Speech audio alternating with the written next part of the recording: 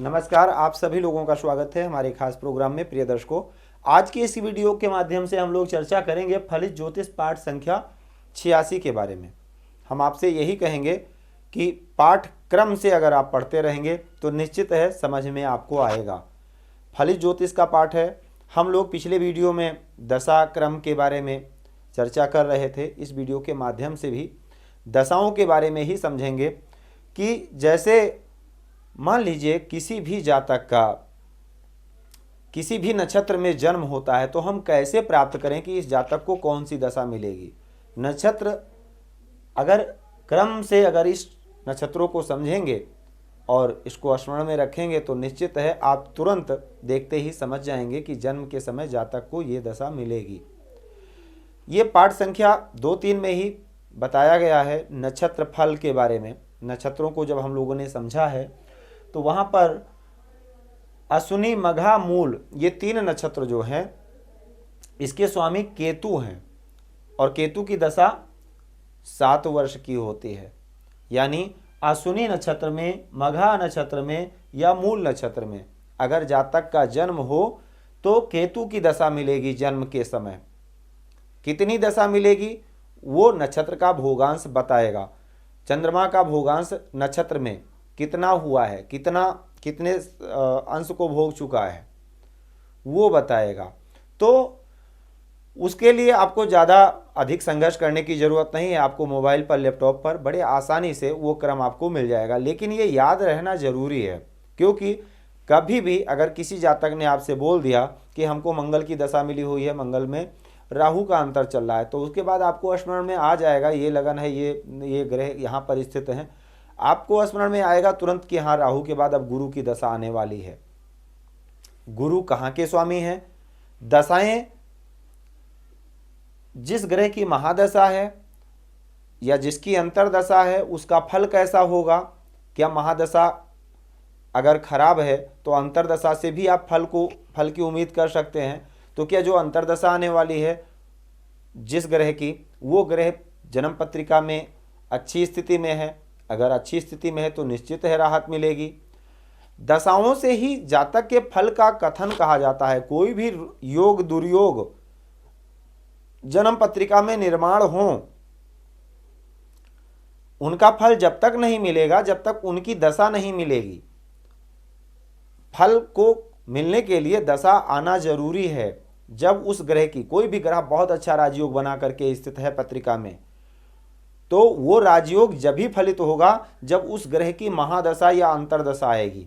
अंतरदशा में भी अच्छे फल की प्राप्ति होगी और महादशा में भी अच्छे फल की प्राप्ति होगी। तो आपको ये दशा से ही जातक के फल कथन को कहना है। तो ये 3 नक्षत्र जो हैं, 27 नक्षत्र हैं, 9 ग्रह हैं और 9 ग्रहों में अगर देखा जाए यहाँ पर नक्षत्रों का स्वामित्व राहु और केतु को प्राप्त है, लेकिन राशियों का स्वामित्व नहीं प्राप्त है। आर्द्रा, स्वाति, सद्विषा इन 3 नक्षत्रों के स्वामी राहु हैं और अश्विनी और मघा और मूल इन 3 नक्षत्रों के स्वामी केतु हैं। इसलिए राहु और केतु की दशा आती है। राशियों का स्वामित्व नहीं प्राप्त है राहु और केतु को, लेकिन नक्षत्रों का स्वामित्व प्राप्त है। तो इसलिए अगर इस क्रम में आप इसको याद कर लीजिए, इसको टोटल अगर आप करेंगे लास्ट में तो आपको 120 वर्ष प्राप्त हो जाएगा। केतु के 7 वर्ष भरणी, पूर्वा फाल्गुनी, पूर्वाखाड़ा के स्वामी शुक्र हैं और इसकी शुक्र की जो दशा है वो 20 वर्ष की है। कृतिका, उत्तरा फाल्गुनी, उत्तराषाढ़ा के स्वामी सूर्य हैं और इनकी दशा 6 वर्ष की है। और रोहिणी, हस्त, श्रवण इन 3 नक्षत्र के स्वामी चंद्रमा है। चंद्रमा की दशा 10 वर्ष की है।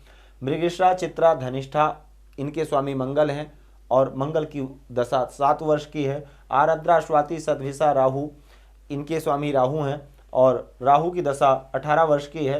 पुनर्वसु, विशाखा, पूर्वा भाद्रपद और इसके स्वामी गुरु हैं, इनकी दशा 16 वर्ष की है। पुष्य, अनुराधा, उत्तरा भाद्रपद इसके स्वामी शनि हैं और इनकी दशा 19 वर्ष की है। अश्लेषा, ज्येष्ठा, रेवती इनके स्वामी बुध हैं और बुध की जो दशा है वो 17 वर्ष की है। यहाँ विशेष आपको एक चीज़ और समझने की ज़रूरत है। ये 9 नक्षत्र का क्रम बना हुआ है, 27 नक्षत्र हैं। अब ये जो 3 नक्षत्र नीचे के हैं, अश्लेषा, ज्येष्ठा और रेवती, और 3 नक्षत्र ऊपर के हैं, ये 3 6 नक्षत्र ये मूल के हैं, गंड मूल के हैं। स्मरण में रखेंगे, अच्छा रहेगा। केतु और बुध जिस नक्षत्र के स्वामी हैं, इन नक्षत्रों में अगर जातक का जन्म होता है तो जातक को कहेंगे कि गंड मूल में हुआ है, 27 भी बोलते हैं इसको। तो 27 दिन पर इसकी फिर 27वें दिन ही वो नक्षत्र आता है, तब उसकी पूजा होती है। एक नक्षत्र का भोगांश लगभग 24 घंटे का होता है। तो इस प्रकार से ये क्रम आप याद कर लेंगे तो आपके लिए अच्छा रहेगा। अब इसका मतलब आ, चम, भो, रा, जी, सा, बू, के, सु, ये क्रम जरूर याद रखना चाहिए। तो ये दशा प्रकरण है जिसको हम लोगों ने समझा कि किस प्रकार से हम दशाओं को समझे कि जातक के जन्म के समय कौन सी दशा मिली। अब जन्म जिस नक्षत्र में होगा, उस नक्षत्र का जो ग्रह स्वामी होगा, उसी की दशा उस जातक को सबसे पहले जन्म के समय मिलेगी। उसके बाद जितनी दशा का भोगांश है या भुक्ति है, भुक्त या भोगांश जितना हो चुका है, ठीक है, जितना भोगना बाकी है उतना भोगेगा। उसके बाद फिर उसके क्रम के आगे अगली दशा प्रारंभ हो जाएगी। जैसे मान लीजिए किसी जातक का जो है धनिष्ठा नक्षत्र में जन्म हुआ। अब धनिष्ठा नक्षत्र का जो भोगांश है, यानी जो काल है, समय काल है, वो 24 घंटे का है।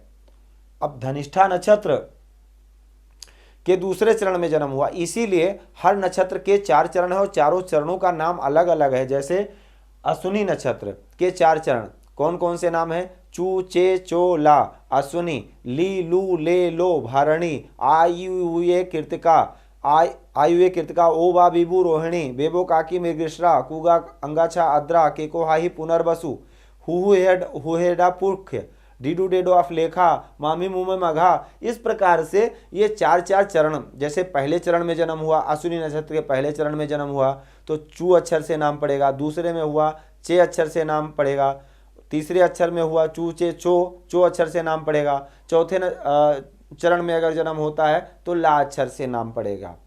लोग नामकरण ऐसे ही तो रखते हैं, इसी प्रकार से नामकरण रखा जाता है। तो जिस नक्षत्र के जिस चरण में, पहले, दूसरे, तीसरे या चौथे, किस चरण में जन्म हुआ, जिस चरण में जन्म हुआ, जातक का उस चरण का नाम, उस जातक का नाम का पहला अक्षर होगा। हर नक्षत्र के 4 चरण हैं, 27 नक्षत्र के 4 चरण हैं, हर एक नक्षत्र के 4 चरण हैं। तो इसीलिए 27 चौक 108, यानी एक नक्षत्र में 4 चरण होते हैं, और एक नक्षत्र में 4 चरण होते हैं, 27 नक्षत्र होते हैं, तो 27 चौका 108, और एक राशि में 9 चरण होते हैं। यानी 108 को अगर 12 राशियों में बांट दिया जाएगा तो एक राशि में नाम का अक्षर इसीलिए 9 होता है, क्योंकि 9 चरण की एक राशि होती है। अब मेष राशि की ही बात करें तो आपने पहले दूसरे पार्ट में ही इसको पढ़ा हुआ है कि चूचे, चोला, अश्विनी, ये 4 चरण अश्विनी के, लीलू, लेलो, भरणी, 4 चरण भरणी के, और चूचे, चोला, अश्विनी, लीलो, भरणी, आ। अब आ अक्षर जो है वो कृतिका का पहला चरण है। आ, ई, उ, ये 4 चरण कृतिका के हैं, तो पहला अक्षर, क्योंकि 4 ये हो गए अश्विनी के, 4 अश्विनी के, 4 भरणी के और 1 कृतिका का, इसका 3 शेष रह जाएगा। तो ये 9 अक्षर, चूचे, चोला, अश्विनी, लीलो, लेलो, भरणी, आ, ये 9 अक्षर मेष राशि को प्राप्त होंगे। यानी यहां से यहां तक ये 9 चरण हो जाएंगे और ये मेष राशि के होंगे। इसके बाद 3 चरण इनके, 4 चरण इनके, 4, 3, 7, और फिर 2 चरण इनके मृगशिरा का। कृतिका का 3 चरण, रोहिणी का 4 चरण और 2 चरण मृगशिरा का। तो आ के बाद ई, उ, ए कृतिका, ओ बा बिबू रोहिणी, बे बो। अब बे बो अक्षर तक अगर मृगशिरा के दूसरे चरण में अगर जन्म हुआ तो ये 9 चरण हो गए, और ये हो गई वृषभ राशि।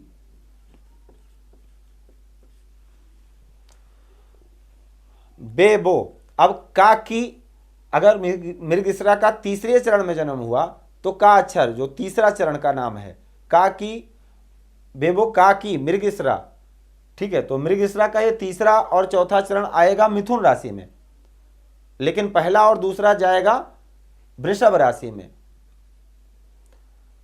कृतिका का 3 चरण यानी आ के बाद आ ई उ ए कृतिका, ओ बा बीबू रोहिणी, और उसके बाद बे बो मृगशिरा का, ये 9 चरण हो जाएंगे वृषभ राशि के। इसी प्रकार से सभी नक्षत्रों को समझा जाता है। किस नक्षत्र के किस चरण में जन्म हुआ, उस चरण का जो अक्षर है नाम का, वो नामकरण किया जाता है।